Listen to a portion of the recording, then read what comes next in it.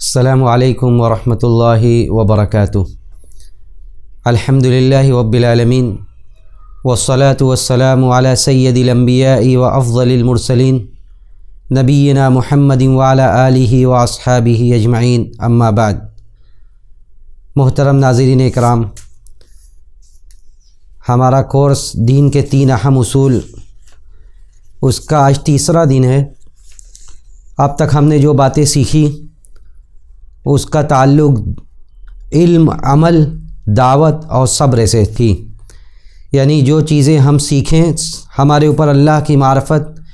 دین کی معرفت، رسول کی معرفت، ان سب چیزوں کا علم ضروری ہے۔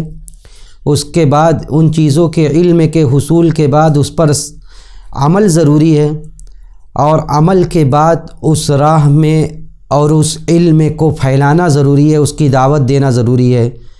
اور چوتھی چیز یہ کہ اس راہ میں آنے والے جو مسائل ہیں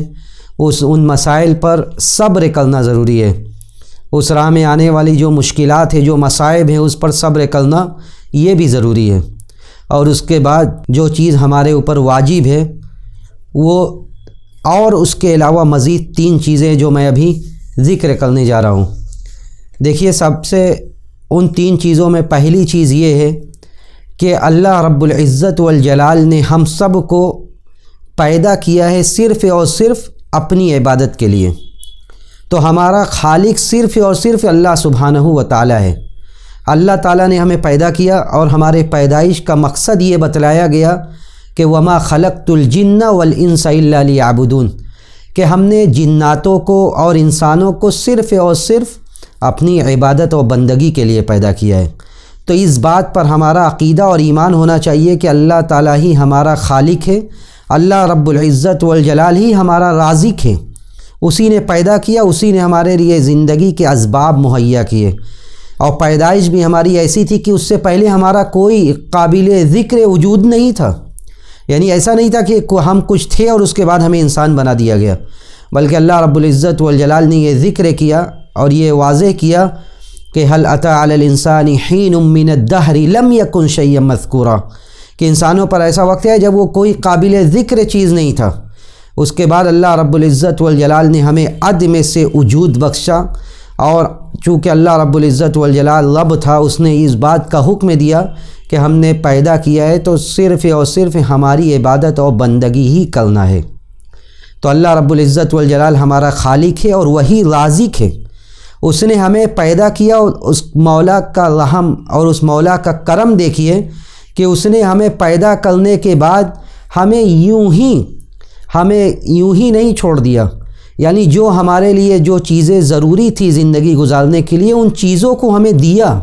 ہمیں ایسا نہیں کہ بھوکا چھوڑ دیا، ایسا نہیں کہ ہمیں ننگا چھوڑ دیا، بلکہ اللہ رب العزت والجلال نے ہمیں رزق دیا اور ہمارے لیے وہ چیزیں مہیا کی، وہ راستے آسان کیے جس سے ہم رزق حاصل کریں۔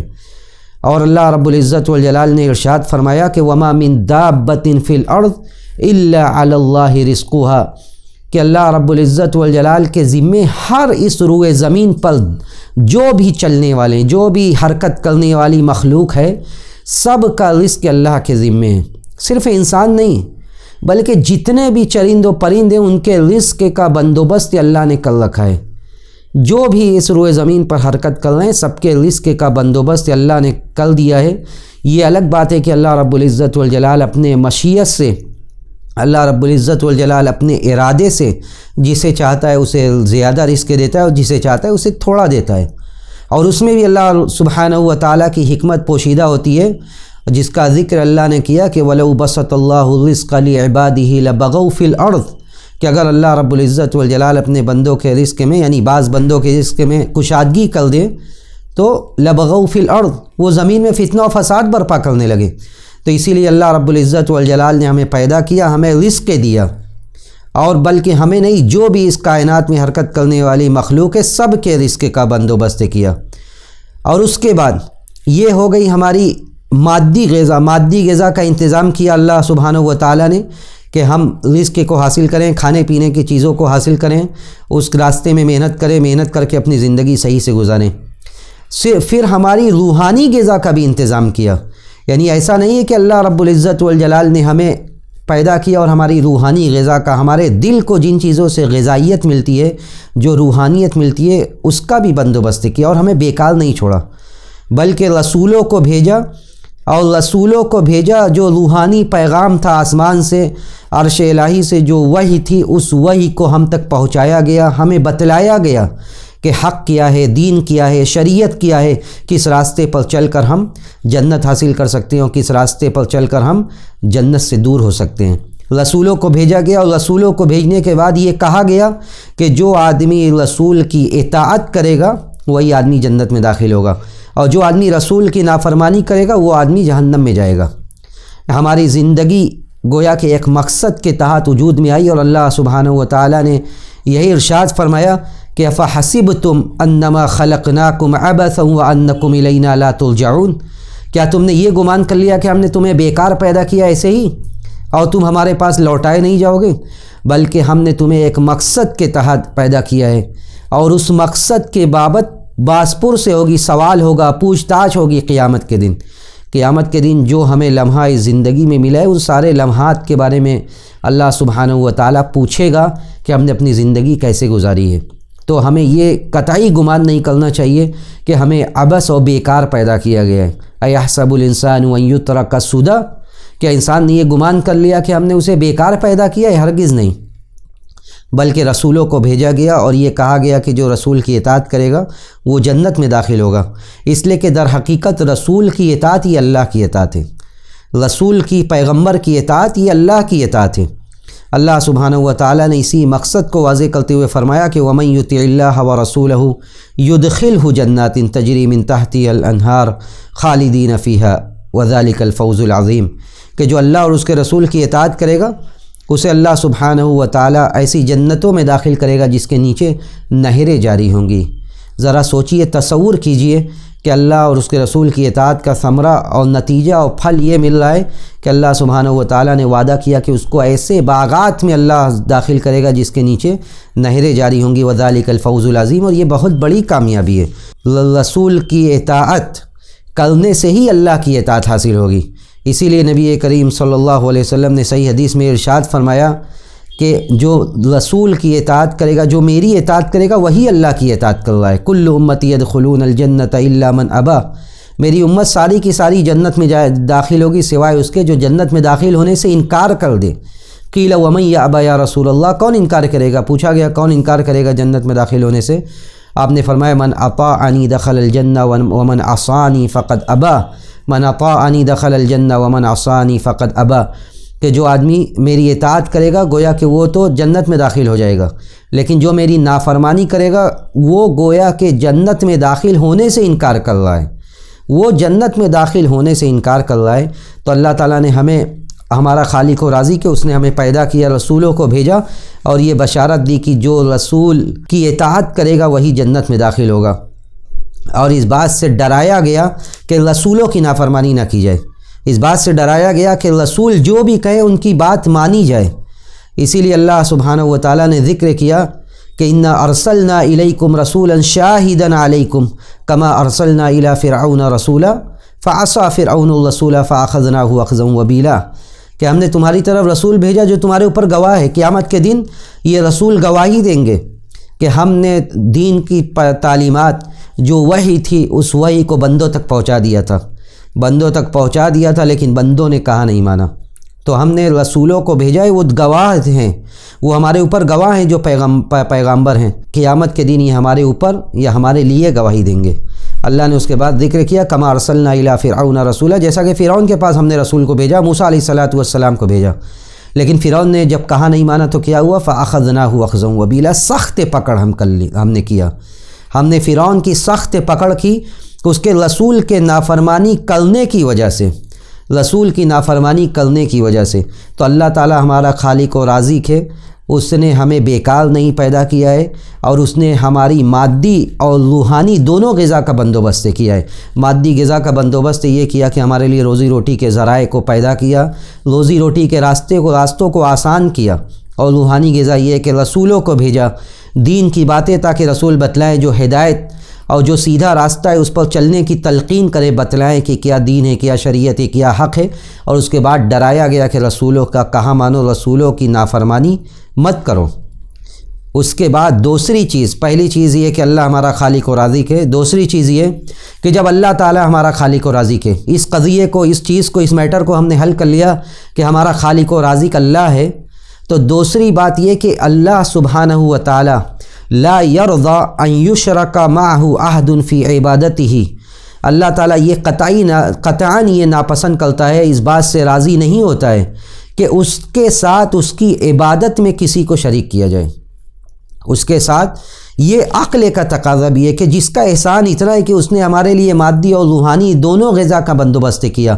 ہمارے لیے اس بات کا راستہ واضح کیا کہ دین کیا ہے، حق کیا ہے، شریعت کیا ہے، اس کے بعد وہ ذات کیسے پسند کر سکتا ہے کہ اس کے ساتھ اس کی عبادت میں کسی کو شریک کیا جائے؟ وہ قطعاً ناپسند کرتا ہے کہ اس کی عبادت میں کسی کو شریک کیا جائے۔ لا ملک مقرب ولا نبی مرسل، نہ تو کسی فرشتے کی شرکت اللہ تعالیٰ برداشت کر سکتا ہے، نہ تو بھیجے ہوئے رسولوں کی شرکت،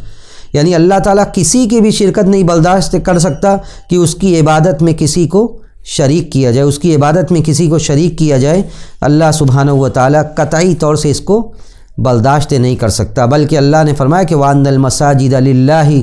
فَلَا تَدْعُوا مَعَ اللَّهِ أَحَدًا، وَأَنَّ الْمَسَاجِدَ لِلَّهِ فَلَا تَدْعُوا مَعَ اللَّهِ أَحَدًا، کہ جتنے بھی نماز کی جگہ ہیں، سجدہ کی جو جگہ ہیں یا سجدہ کے جو اعضاء ہیں، جن اعضاء پر، جن جسمانی اعضاء پر ہم جھک کر سجدہ کرتے ہیں، اللہ تعالیٰ قطعی یہ برداشت نہیں کر سکتا کہ ان اعضاء کو، ان پیشانیوں کو اللہ کے سامنے کسی اور کے سامنے جھکایا جائے، اس جبین نیاز کو اللہ کے علاوہ کسی اور کے سامنے خم کیا جائے، یہ قطعی طور سے اللہ برداشت نہیں کر سکتا۔ جب وہ ہمارا خالق و رازق ہے، اس نے ہمیں پیدا کیا ہے، تو وہ قطعی طور سے یہ نہیں چاہتا، یہ برداشت نہیں کر سکتا کہ اس کے ساتھ اس کی عبادت میں کسی کو شریک کیا جائے۔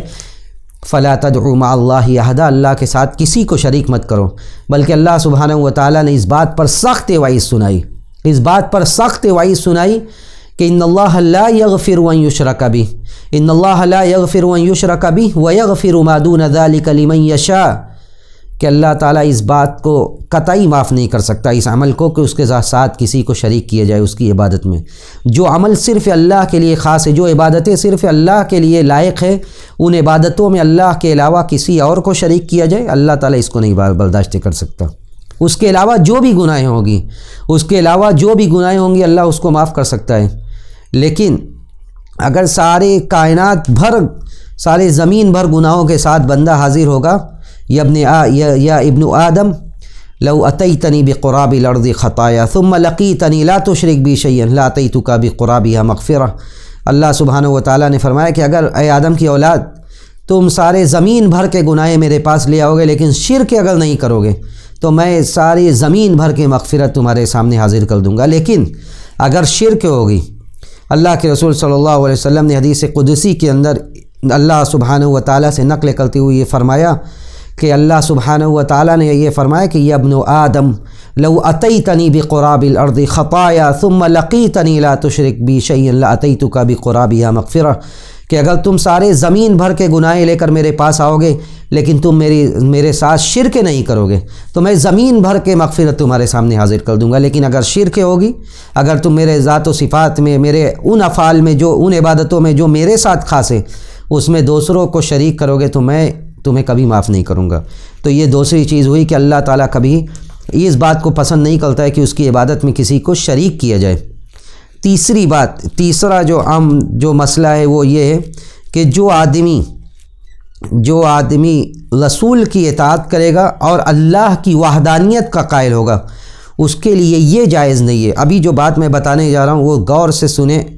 کہ جو آدمی رسول کی اطاعت کرتا ہے، جب وہ اللہ کو خالق و رازق تسلیم کرتا ہے، اس بات کا قائل ہے کہ اللہ تعالیٰ اپنی عبادت میں کسی کی شرکت کو برداشت نہیں کر سکتا، تو اس کے بعد جو آدمی رسول کی اطاعت کرتا ہے، اللہ کی وحدانیت کا قائل ہے، اس کے لیے جائز نہیں کہ وہ ان لوگوں سے دوستی کرے جو اللہ اور اس کے رسول کے دشمن ہیں۔ اللہ سبحانہ و تعالیٰ نے فرمایا کہ لا تجد قوما یؤمنون باللہ والیوم الآخر یوادون من حاد اللہ ورسولہ ولو كانوا آباءهم أو أبناءهم أو إخوانهم أو عشيرتهم أولئك كتب في قلوبهم الإيمان وأيدهم بروح منه ويدخلهم جنات تجري من تحتها الأنهار خالدين فيها رضي الله عنهم ورضوا عنه أولئك حزب الله ألا إن حزب الله هم المفلحون۔ کہ آپ اللہ سبحانہ و تعالیٰ نے نبی کو مخاطب کرتے ہوئے فرمایا کہ اے نبی آپ دیکھ لیجئے کہ کوئی ایسی قوم نہیں ہوگی، آپ ایسی قوم ایسے لوگوں کو نہیں پائیں گے جو اللہ پر اور آخرت کے دین پر ایمان رکھتی ہے اور اس کے بعد وہ ان لوگوں سے دوستی کرے جو اللہ اور اس کے رسول کے مخالف ہیں، جو اللہ اور اس کے رسول کے دشمن ہیں۔ اللہ اور اس کے رسول کے دشمنوں سے مومنین کا دوستی کرنا یہ ناممکن اور محال ہے۔ کفر نافرمانی اور کفر اور نافرمانی والے لوگ یہ اللہ اور اس کے رسول کے دوست نہیں ہو سکتے، اور نہ تو اللہ اور اس کے رسول پر ایمان رکھنے والے کفار سے اور ان لوگوں سے جو اللہ اور اس کے رسول کے دشمن ہیں ان سے دوستی کر سکتے ہیں۔ اللہ نے فرمایا کہ وَلَوْ كَانُوا آبَاءَهُمْ، چاہے وہ ان کے باپ ہی کیوں نہ ہو، وہ ان کے باپ کیوں نہ ہو، ان کے بیٹے کیوں نہ ہو، ان کے بھائی کیوں نہ ہو، یا ان کے قریبی رشتہ دار کیوں نہ ہو۔ ایسا نہیں ہو سکتا کہ اگر انہوں نے کفر کا راستہ اختیار کیا ہے، اللہ کی مخالفت، دین کی مخالفت، رسول کی مخالفت کا راستہ اختیار کیا ہے، تو ایسے لوگ مومنین کے دوست نہیں ہو سکتے۔ مومنین ان لوگوں سے دوستی نہیں کر سکتے، بلکہ جو لوگ، اس کے بعد اللہ تعالیٰ نے ان لوگوں کے لیے بشارت دی کہ جو لوگ ولا اور برا صرف دین کے بنیاد پر ولا اور برا کا خیال کرتے ہیں، کہ دوستی اور دشمنی صرف دین کے بنیاد پر بناتے ہیں۔ اگر ایک قریبی رشتہ دار ہے لیکن وہ اللہ کے دین کا مخالف ہے، وہ شریعت کا مخالف ہے، تو اس کو صرف اس لیے چھوڑ دیتے ہیں کہ یہ دین کا مخالف ہے۔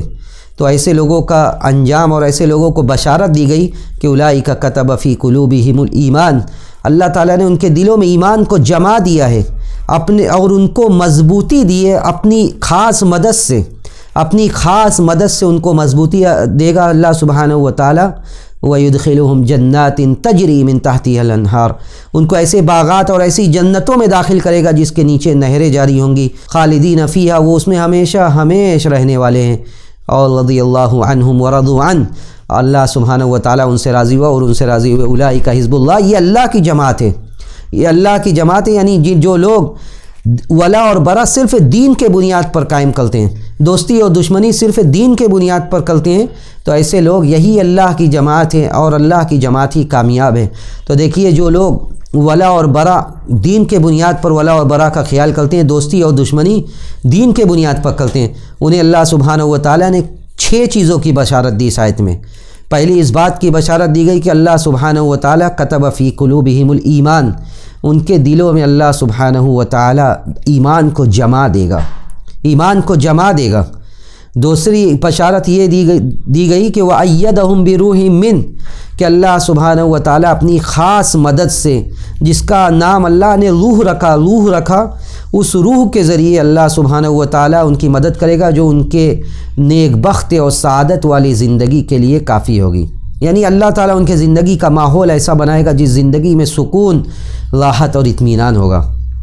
تیسری بشارت یہ دی گئی کہ وَيُدْخِلُهُمْ جَنَّاتٍ تَجْرِي مِن تَحْتِهَا الْأَنْهَارُ، ان کو جنت میں داخل کیا جائے گا۔ چوتھی یہ کہ رضی اللہ عنہم ورضوا عنہ،